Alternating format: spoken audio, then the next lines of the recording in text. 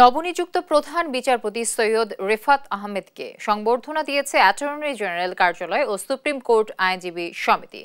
প্রধান বিচারপতি বলেন, ছাত্র জনতার আত্মত্যাগেই নতুন বিজয় এসেছে। ন্যায় বিচার নিশ্চিতে বিচারকদের নির্দেশনা দেওয়া হয়েছে জানিয়ে তিনি বলেন, নিয়োগ প্রক্রিয়াতেও বিধিমালা মেনে চলতে হবে। এ সময় প্রধান বিচারপতির কাছে সিন্ডিকেট মুক্ত বিচার বিভাগ ও জাতির জন্য ন্যায় বিচারের প্রত্যাশা করেন অ্যাটর্নি জেনারেল। পরে এক ব্রিফিংয়ে দেশে আইনের শাসন প্রতিষ্ঠার পাশাপাশি দুর্নীতির বিরুদ্ধে জিরো টলারেন্স ঘোষণার দাবি জানান সুপ্রিম কোর্ট আইনজীবী সমিতির সভাপতি ব্যারিস্টার মাহবুব উদ্দিন খোকন।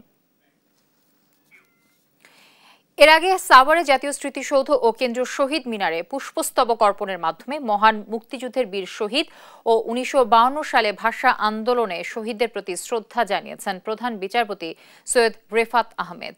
পুষ্পস্তবক অর্পণ শেষে ১৯৭১ সালের মহান মুক্তিযুদ্ধের বীর শহীদদের স্মৃতির স্মরণে সেখানে কিছুক্ষণ নীরবে দাঁড়িয়ে থাকেন প্রধান বিচারপতি। পরে জাতীয় স্মৃতিসৌধের স্মারক বইয়ে সই করেন তিনি।